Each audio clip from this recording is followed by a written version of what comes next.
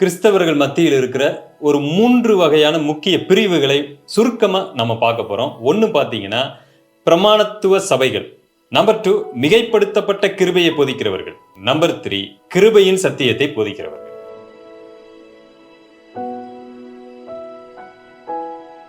இந்த முதலாவது குரூப் என்ன பண்ணுவாங்கன்னா, உங்களுடைய வாழ்க்கையில் ஏதாவது நன்மை வேண்டுமா, ஆண்டவருக்கு கீழ்ப்படியுங்கள்.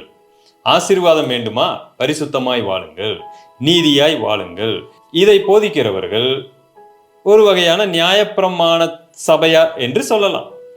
சரி, ஓகே, இது கூட மிகப்பெரிய தப்பு இல்லைங்க. அடுத்து வர்றாங்க பாருங்க, மிகைப்படுத்தப்பட்ட கிருபையின் போதனையாளர்கள். இவங்க என்ன சொல்லுவாங்கன்னா, உன்னுடைய வாழ்க்கையில ஆசீர்வாதம் வேணுமா, இது வேணுமா, உடனே நான் பரிசுத்தமா வாழ்ந்தாதான் எனக்கு ஆசீர்வாதம் கிடைக்கும், நீதியா வாழ்ந்தாதான் எனக்கு ஆசீர்வாதம் கிடைக்கும்னு சொல்லி ஆண்டவரை தயவு செய்து அப்படி போதிக்காதீர்கள். ஆனா உங்களுக்கு ஆசீர்வாதம் வரணுமா, நீங்கள் அபரிமிதமாய் ஆசீர்வதிக்கப்படணுமா, பணக்காரர்களாய் மாறணுமா, அதுக்கு தசமபாகம் கொடுக்கணும்னு பாங்க. யாரு? மிகைப்படுத்தப்பட்ட போதனையாளர்கள். புரிஞ்சுக்கிட்டீங்களா? முதல் வகை போதனையாளர்கள் கர்த்தருக்கு கொடுக்கணும்னு போதிப்பாங்க, நீதியா நடக்கணும்னு போதிப்பாங்க, கீழ்ப்படியணும்னு போதிப்பாங்க, நீ எப்படியும் கர்த்தருக்கு உண்மையா நடந்தேன்னா உனக்கு ஆசீர்வாதம் கிடைக்கும்னு போதிப்பாங்க.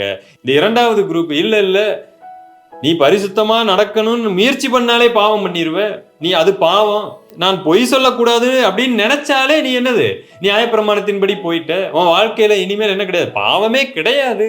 ஆனா நீ ஆசீர்வதிக்கப்படணும்னு டைத்து கொடுத்தாங்க. பணம் கொடுக்காம விதைக்காம ஆண்டவரனே ஆசீர்வதிக்க மாட்டார்.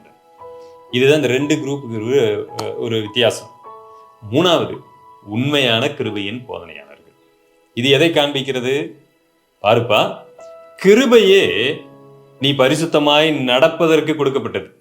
கிருபையே நீ பாவம் இல்லாமல் நீ வாழணுங்கிறதற்காக.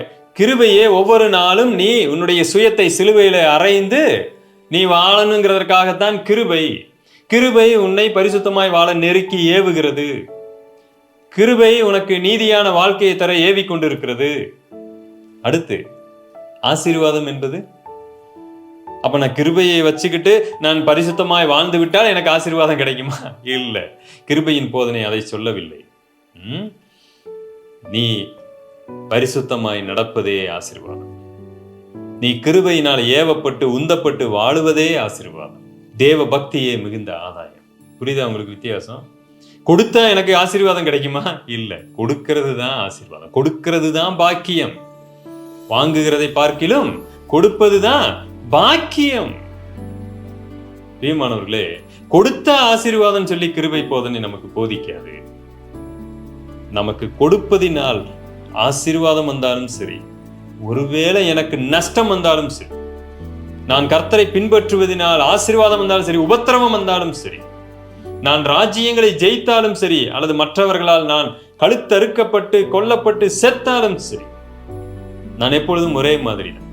நான் எந்த பிரதிபலனையும் பார்த்து நான் இந்த உபதேசத்திற்கு கீழ்ப்படியல, கர்த்தருக்கு கீழ்ப்படி. நான் கர்த்தரை பார்த்து கர்த்தருக்கு கீழ்ப்படுகிறேன். நான் கர்த்தரை நேசிக்கிறேன், ஆகவே நான் கீழ்ப்படுகிறேன். நான் என்னுடைய சுபாவம் கீழ்ப்படியக்கூடியதா இருக்கிறது. நான் நேசிக்கிறதுனாலே, அன்பு செலுத்துகிறதுனாலே நான் கீழ்ப்படுகிறேன். எனக்கு ஏதாச்சும் ஒண்ணு கிடைக்கும் என்கிற அந்த ஒரு எதிர்பார்ப்போடு நான் கீழ்ப்படிந்தால், அது கிடைக்காவிட்டால் நான் சோர்ந்து போய்விடுவேன். ஆக முதல் தரப்பு அது ஒரு நியாயப்பிரமாண சபையினுடைய போதனையாக இருக்கிறது. இரண்டாவது, மிகைப்படுத்தப்பட்ட நியாயப்பிரமாண போதனை. அங்கேயும் கொடுத்தாதான் ஆசீர்வாதம், வேற எதுக்கும் ஆசீர்வாதம் கிடையாதுன்னு சொல்லிடுவாங்க. ஆனா விதைச்சாதான் ஆசீர்வாதம். ஆனால் உண்மையான கிருபையின் போதனை, நீங்கள் உண்மையாய் நடப்பது ஆசீர்வாதம். நீங்கள் தேவனுடைய பிள்ளை என்று சொல்லப்படுவதே ஆசீர்வாதம்.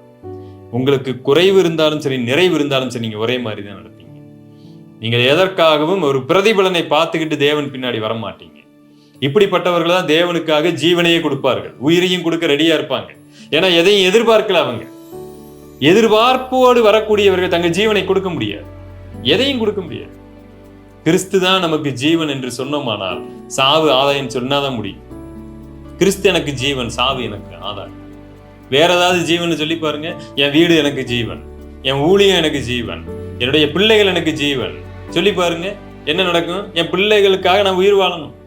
என் வீடை நான் ஜீவன் சொன்னா வீட்டுக்காக இருக்கணும். இன்னைக்கு இந்த போதனை கிருபை மிகைப்படுத்தப்பட்ட கிருபையின் போதனையாளர்களும் நியாயப்பிரமாண போதனையாளர்களும் நீ கர்த்தருக்கு கீழ்ப்படிவதே ஒரு சில ஆசீர்வாதங்களுக்காக சொல்லி அந்த ஆசீர்வாதத்தின் மேல் நம்முடைய ஜீவனையும் கண்களையும் வைக்க தூண்டுகிற கூடியவங்களா இருக்கிறாங்க.